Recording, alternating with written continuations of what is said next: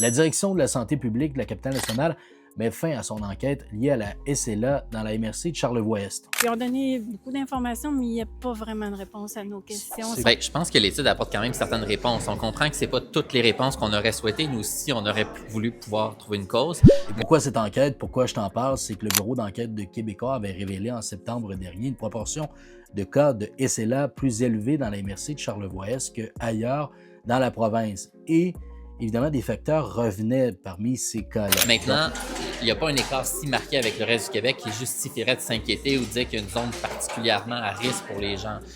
Ça reste relativement rare, même si chaque cas est évidemment grave et de trop. Et on ne peut pas identifier de cause pour ça. Ça peut être des variations attendues. Des fois, il y en a plus, des fois, il y en a moins dans les territoires. Ça peut être un ensemble de facteurs qu'on ne connaît pas.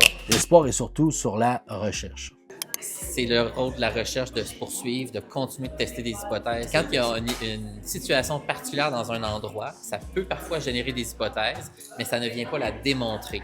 Et donc, la situation, il y en a un peu plus, peut-être pas aussi marqué qu'on pouvait le croire. Il y en a un peu plus à certaines années, mais ça, en soi, ça ne nous dit pas qu'il y a quelque chose et que c'est ça ou ça ou ça. Ça prend des études beaucoup plus grandes avec beaucoup plus de gens.